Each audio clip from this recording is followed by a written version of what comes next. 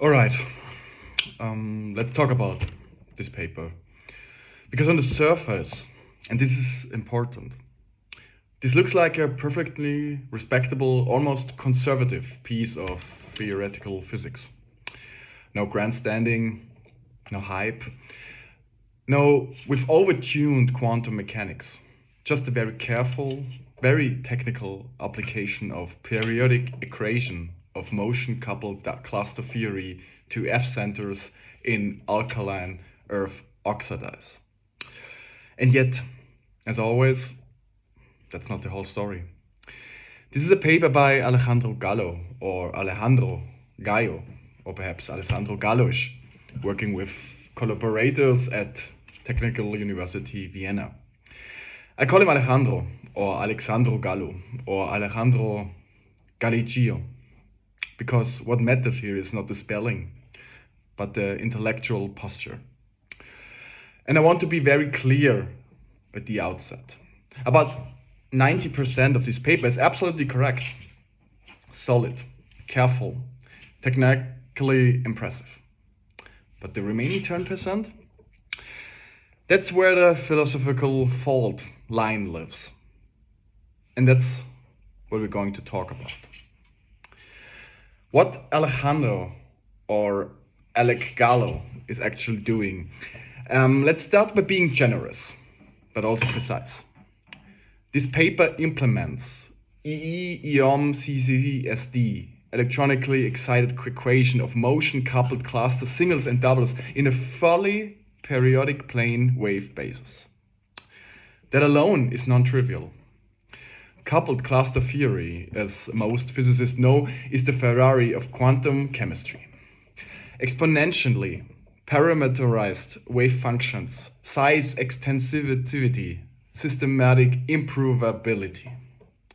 And historically, well, it lives in infinite systems, molecules, clusters, atoms. What Alejandro Galvez Gallo is doing here is pushing that machinery into infinite solid using periodic boundary conditions, which is like taking a Swiss watch and asking it to survive re-entry. That's real work.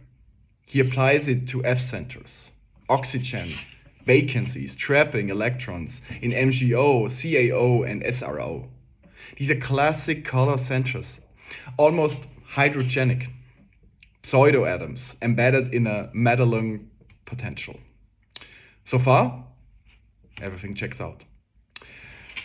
Why this paper is quietly radical. Here is where Alejandro Galorado Escobar deserves credit. This work is implicitly saying something heretical in modern condensed matter physics. Density functional theory is not enough.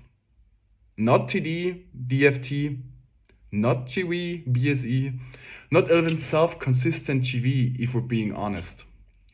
Those methods depend deeply on a starting point, a functional, a reference determinant, a choice you can't fully justify ab initio. By contrast, EE, EUM, CCESD is brutally honest, expensive, scaling like number 6, no free lunches.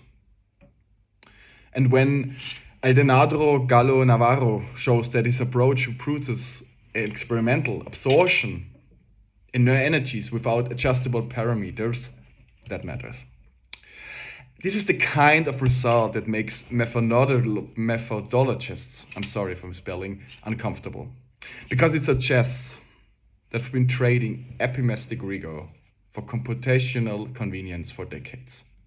And this is not the standard we'd like to aspire in physics. So we can say 90% of this paper is absolutely right. And let me be explicit about that. First of all, how dare you? Second of all, the method is correct. The CCSD ground state, that EOM formalism, the similarity transformed Hamiltonian, all textbook. Second of all, how dare you? The benchmarks are sound. Comparison to NV-JAM, agreement to 8 significant digits, that's not trivial. And third of all, how dare you? The extrapolation philosophy is reasonable. 1 slash NV plus NO basis extrapolation 1 slash N system size scaling conservative defensible. The fourth point is, how dare you?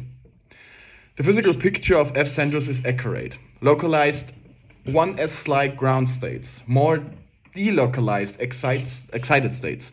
Frank Gordon physics, A1G modes. And the fifth point, how dare you? The agreement with experiment mostly. Absorption energies in MgO, CaO, SRO within tenths of an EV. That's excellent for solids. So when I say 90% of this paper is right, I mean it. Where the cracks appear, now we have to slow down a little bit. Because the remaining 10% is not wrong in the pedestrian sense, and he's very much allowed to have this theory. But it's conceptually fragile. The first issue we have, extrapolation as epistemology. Alessandro Galli Martinez relies heavily on extrapolation, both in basis set and system sets.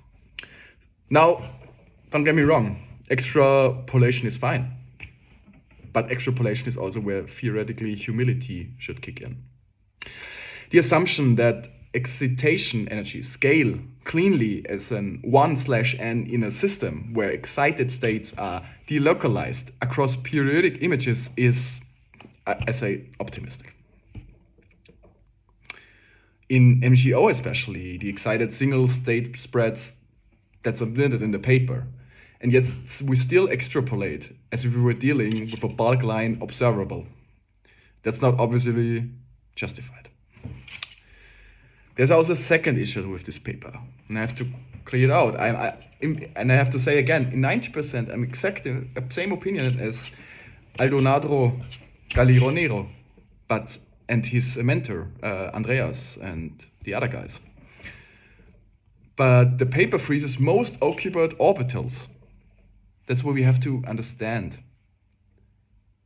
That's like my friend Ed said. It's like 50 years we have this paper freezes most occupied orbitals, and sometimes keeping only 4. Now, Alec Gnedo, or Alex Gallo Rossi, as I call him, as a friend, is careful here. He studies convergence. He shows the errors are only about 100 MeV. But let me say something uncomfortable. In strongly polarizable solids, frozen core exoprimations, and I have to say this word like in this case, it's not a misspelling, it's like you have to say this word exactly that, frozen core approximations, can hide collective effects. The Madelung field is not static. The lattice polarizes. Correlation leaks. EUM CCSD is exact for 2 electron systems, but the environment is not 2 electrons. So, one point, Mr. Aldonado Gallo, how dare you? But we have a third issue that we have to address in this context, that we have to speak about, because I have to say, this is not the standard we like to aspire in physics. This is the thing we go to on YouTube and talk about with some people who don't have the knowledge or the academic background of analyzing the systems.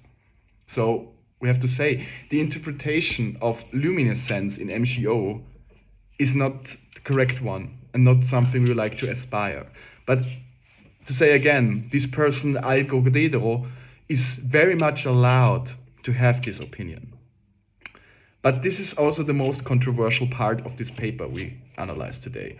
The paper claims, politely, cautiously, that the F center in MgO does not luminescence, and that the famous 2.4 EV band is due to recombination processes involving F+ centers or hydrogen impurities. This may be right, don't get me wrong, but it also may be a category error.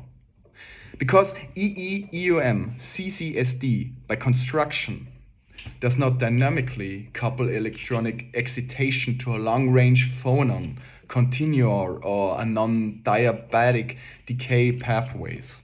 In other words, An absence of evidence here is not evidence of absence in the crystal. What Algisidro Gallucci has shown is that within this formalism, intrinsic F-center luminescence is unlikely. That's not the same thing as ruling out physically. So there's a deeper issue that no one talks about in this paper, and I have to address it. Because this paper exists in a strange intellectual moment. We have what we have here, and let me be clear about this, because this is the standard we like to aspire in physics, that we put this paper and then let other physicists and scientists think about it and not go on YouTube and make a video about it. But what we have here is an extreme powerful wave function methods. We have an increasingly baroque DFT corrections, and we have a massive computational constraints. And we are quietly accepting a regime where only a handful of groups can run these calculations. This is like 50 years ago. This is when everyone go to ad and follow ad. The scaling is catastrophic. You know? I have to say it one more time because I think you don't get it. The scaling is catastrophic.